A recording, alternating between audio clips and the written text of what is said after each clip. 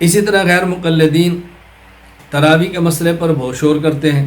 ہم کہتے ہیں کہ تراویح 20 رکعت ہے، وہ کہتے ہیں تراویح 8 رکعت ہے، اور 8 رکعت پہ بطور دلیل کے غیر مقلدین پیش کرتے ہیں صحیح بخاری کو کہ حضرت امام بخاری رحمہ اللہ روایت لائے ہیں۔ حضرت ابو سلمہ بن عبد الرحمن کہتے ہیں میں عائشہ رضی اللہ عنہ سے پوچھا کہ رسول اللہ صلی اللہ علیہ وسلم کی رمضان میں نماز کیسی تھی؟ آپ نے فرمایا رمضان اور غیر رمضان میں آپ 11 رکعت سے زائد نہیں پڑھتے تھے۔ ما کان یزید فی رمضان ولا فی غیر علی 11 رکعت یصلی 4 فلا تسأل عن حسنہن وطولہن ثم یصلی 4 فلا تسأل عن حسنہن وطولہن ثم یصلی 3۔ پہلے 4 پڑھتے، سلام پھیرتے، پھر 4 پڑھتے، پھر سلام پھیرتے، پھر 3 رکعت وتر پڑھتے۔ یہ دلیل۔ تو اس کا جواب ذہن نشین فرما لیں۔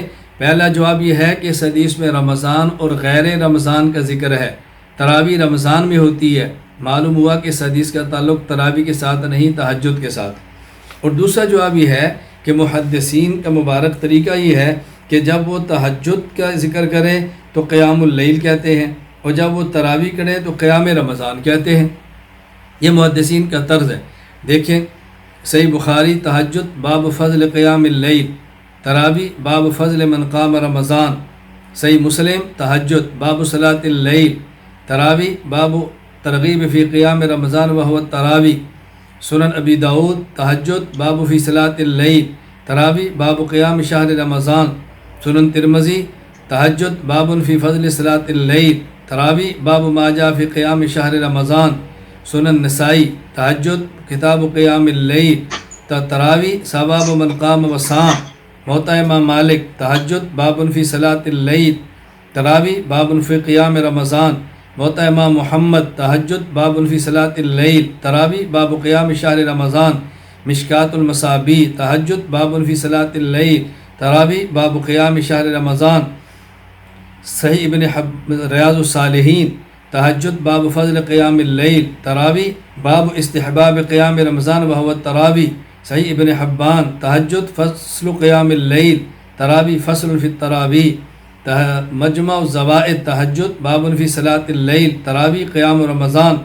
سنن کبریٰ للبیہقی تہجد باب فی صلاۃ اللیل، اور تراویح باب فی قیام شہر رمضان۔ جمع الفوائد تہجد صلاۃ اللیل، تراویح قیام رمضان والتراویح وغیر ذالک۔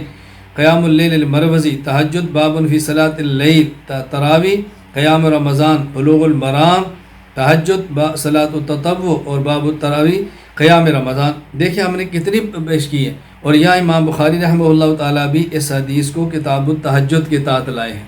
معلوم اس کا تعلق تہجد کے ساتھ ہے، تراویح کے ساتھ نہیں۔ ہم ممکن ہے کوئی اشکال کرے کہ حضرت امام بخاری رحمہ اللہ تعالیٰ اس طرح کے باب فضل من قام رمضان کے اندر بھی لائے ہیں، یعنی تہجد کے اندر بھی لائے ہیں، تراویح کے اندر بھی لائے ہیں۔ اس کا آسان جواب ہے کہ ہمارا مذہب یہ ہے کہ تہجد رمضان میں بھی پڑھے، رمضان کے علاوہ بھی پڑھے۔